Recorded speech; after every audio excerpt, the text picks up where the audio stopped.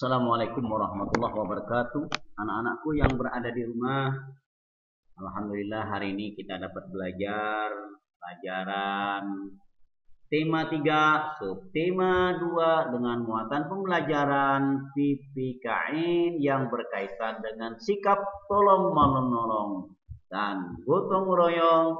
Nah, sebelum pelajaran ini dimulai, mari kita awali pelajaran dulu dengan bersama-sama membaca Bismillahirrahmanirrahim. Anak-anakku yang berada di rumah, tolong diperhatikan dan simak materi pelajaran kita pada hari ini supaya betul-betul bisa memahami makna dari sikap tolong menolong dan gotong royong. Tujuan pembelajaran pada hari ini, anak-anak berada di rumah, anak-anak nanti bisa menyebutkan arti tolong menolong. Kedua, dapat memahami arti pentingnya gotong royong.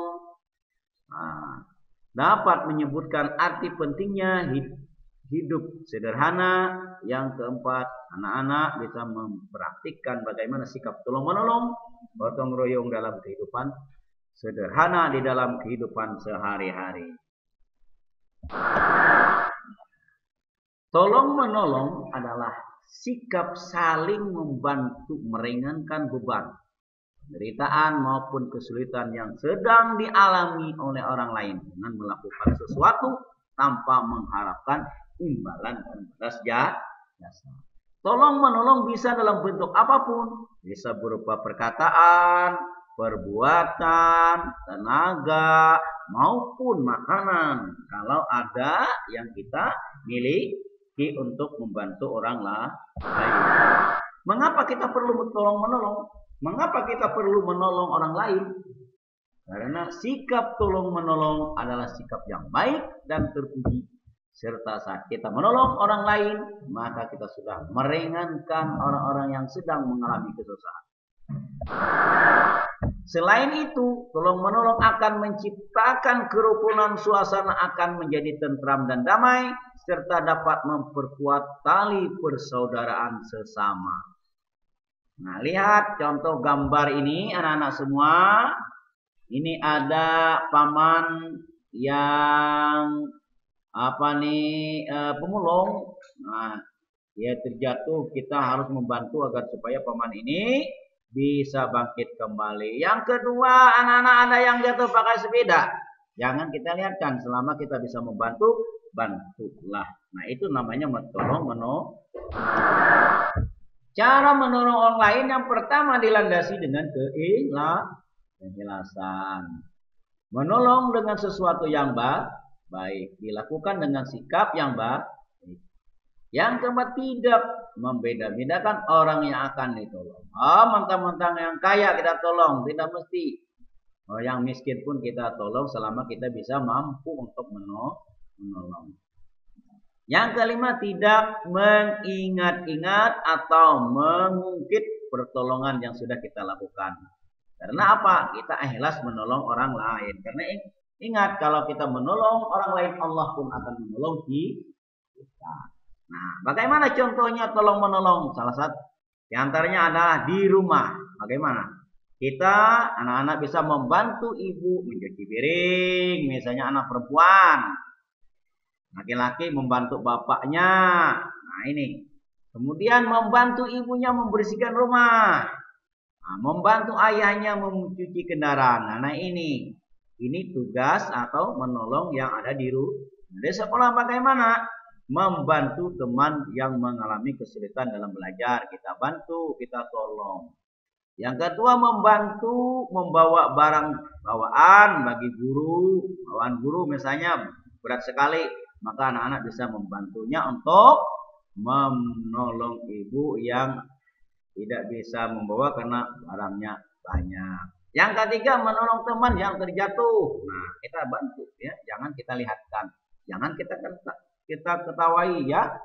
Nah, kita bantu, kita tolong. Insya Allah kita kalau menolong orang lain, kita akan ditolong orang lain juga ya. Di masyarakat, membantu korban bencana alam, ada banjir. Nah, ada kita bantu baik berupa tenaga maupun uang, ada yang namanya sumbangan kebanjiran. Yang kedua, membantu tetangga yang sedang mengalami kesulitan. Nah, ini gambarnya anak-anak semua. Kesemuanya ini adalah gambarnya gotong royong. Ada yang masak, ada yang membuang sampah, ada yang nyapu, ada yang menanam bunga, ada yang membawa batu. Kesemuanya ini adalah gotong royong. Anak-anak tentu sering melihat kegiatan di lingkungan tempat tinggal apa yang menyebabkan pekerjaan cepat selesai. Tentunya apa anak-anak semua? Tentunya adanya gotong royong. Gotong royong yang pertama, pekerjaan cepat selesai karena dilaksanakan secara gotong royong. Gotong royong membuat masyarakat saling membantu. Saling bantu-membantu untuk menolong satu sama yang lain. Yang kedua, gotong royong mengajarkan setiap orang rela berkorban demi kepentingan bersama. Yang ketiga, kebersamaan terjalin dalam gotong royong melahirkan persatuan sehingga mampu menghadapi permasalahan yang muncul. Nih anak-anak, contoh gotong royong. Di lingkungan tempat tinggal kalian itu salah satunya gotong royong apa yang biasa dilakukan? Perbaikan tempat ibadah, membangun jalan, membersihkan selokan atau parit yang mandek sehingga tidak bisa air keluar, lalu adanya gotong royong. Yang di rumah bagaimana? Membersihkan rumah, merawat tanaman, membersihkan alat makanan. Ini gotong royong berada di rumah. Di sekolah bagaimana? Membersihkan ruangan kelas, membersihkan taman sekolah, kerja kelompok. Nah, ketiga ini merupakan salah satu contoh gotong royong. Apa tadi? Yang pertama di tempat tinggal, di rumah maupun di sekolah. Apa manfaat gotong royong anak-anak semua? Yang pertama adalah meringankan beban pekerjaan. Yang kedua, pekerjaan menjadi cepat selesai. Yang ketiga, mempererat tali persaudaraan. Yang keempat, menciptakan rasa kebersamaan dan kasih sayang. Yang kelima, meningkatkan persatuan dan kesatuan. Kenapa? Kalau kita bergotong royong, insya Allah pekerjaan ringan, yang berat menjadi ringan, berat sama dipikul, ringan sama digigit.